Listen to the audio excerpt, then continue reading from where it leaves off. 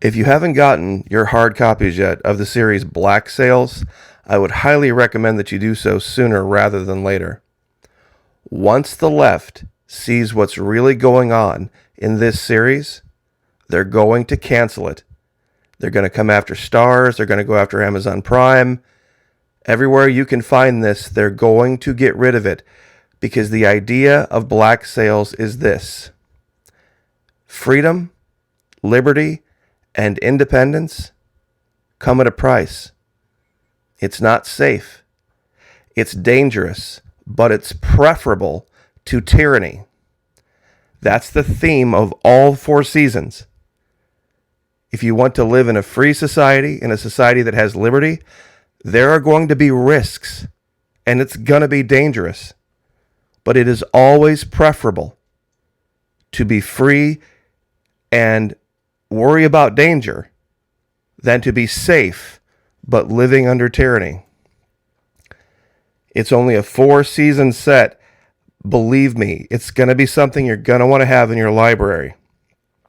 It's almost a teaching tool. Now, I will warn you, there are some scenes that are graphic, but truthful about what 16th and 17th century Caribbean pirate life was like. It centers around Nassau, Kingston, Havana, that region. And life in the colonies at this time was anything but safe. Freedom was ugly. And it shows that underbelly. It shows how when men get a taste of freedom, sometimes they take it way too far. But it's always preferable to the alternative, which is tyranny. And that's what they're trying to push right now. These are 4 characters, the female characters, main ones in the show. And very, very bad things happen to all of them. But the series is about empowerment. And I have an old article from back in 2015 and 16 where the left was saying this was one of the best shows on TV because of this. Now, many people in my audience don't agree with the LGBTQ agenda, the gay agenda, or whatever. But the one thing that people have in common now is they want their freedom. They want their liberty to make their own decisions, regardless of the risks. And if you want to live in a society where people have that freedom, sometimes your risks become their risks. It also shows multiculturalism. It doesn't show one person always in charge or one person always not in charge. And back in 14 and 15 and 16, people are saying this was great. Well, now they're trying to push a narrative where that wasn't the case. And they're going to want this hushed up. They're going to want this taken off. And they don't want people seeing this because this would run counter to their narrative. This particular scene right here, this guy right in the middle, he gets a pretty raw deal from those around him that look like him. And then he bands forces with people that don't, and they all come together. See, they don't want that. And this is that article. It's from Kitchmix. Black Sails is the queerest, most progressive TV show on, also Pirates. Now, I'll give you a link to this and let you read it. But this is how far the left has fallen just in 6 or 7 years. It was a dangerous, beautiful, but a place of liberty and independence and freedom. And that's what the left can't have right now. They don't want, because what do they keep saying? No, you don't have the right to go out and breathe your whatever on people and all this. Really? You think they would have said that in the New World? You think the people that came to this country that were fleeing the king would have said, now, you might be sick, so you don't have a right to be sick around me because this, and this. There was all sorts of stuff floating around those ships going back and forth and in those colonies. It was just part of it. Now, along that same line, there's another article out there that illustrates how bizarre their anti-Columbus rants have become. They dug up this old map from an Italian cartographer to once again prove that Columbus really didn't discover America. But what they're doing is they're calling the entire Western Hemisphere America. And here's an image of a characterization of the guy right here. But here's the article, 1 October. Scholar discovers a 14th century monk wrote about the Americas before Columbus's discovery. Now, of course, what this is a hit piece saying that, we shouldn't honor Columbus or we shouldn't have Columbus Day or all this kind of stuff. But in the article, it reveals something incredible. The first Europeans to set foot on American shores are believed to be Norse sailors or Vikings in the 10th century.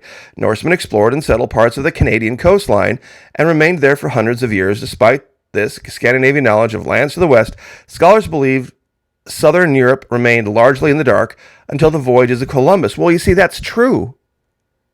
They were largely in the dark. The vast majority of Europe at this time couldn't read. The vast majority of Europe at this time didn't travel 20 miles from their house, even if they could read. A recent discovery of mentioned to Markland, which is likely Labrador or Newfoundland, in a 14th century Italian text suggests that one monk at least knew of the continent's existence. Now, here's the crazy part. You ready for this? The book was written by a medieval Dominican named Galvano Fiamma. The private collector let Chiesa photograph the book for research. While translating the pages from Latin, a graduate student named Julia Greco noticed an interesting passage which followed mention of Iceland and Greenland. The text read, "Farther westwards, pay attention here, there is another land named Markalata, where giants live. In this land there are buildings with such huge slabs of stone that nobody could build them except huge giants. There are also green trees, animals, and a great quantity of birds." Now, the map to which they're referring is right here. Now, just to give a layout of where we're at here, down here in the lower right, this is Great Britain. This is Ireland. This is Iceland. This is Greenland. And it shows two little places called Helluland and Markland. And then something that they've just labeled Promontorium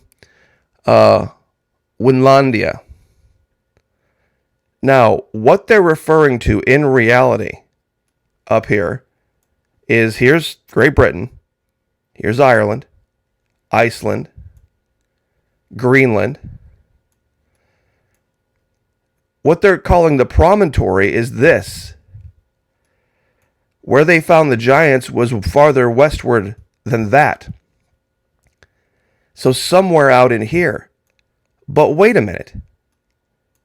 So if this guy was here for hundreds of years, he would have had no knowledge of where Columbus landed, which was basically the Bahamas. This is almost 3,000 miles away. So it's two entirely different discoveries. And if you want to go even farther, this is where Magellan found giants. Down here in Tierra del Fuego. In fact, there's an area down here called Straits of Magellan. So you have giants found here, giants reported in Brazil, and then giants up here.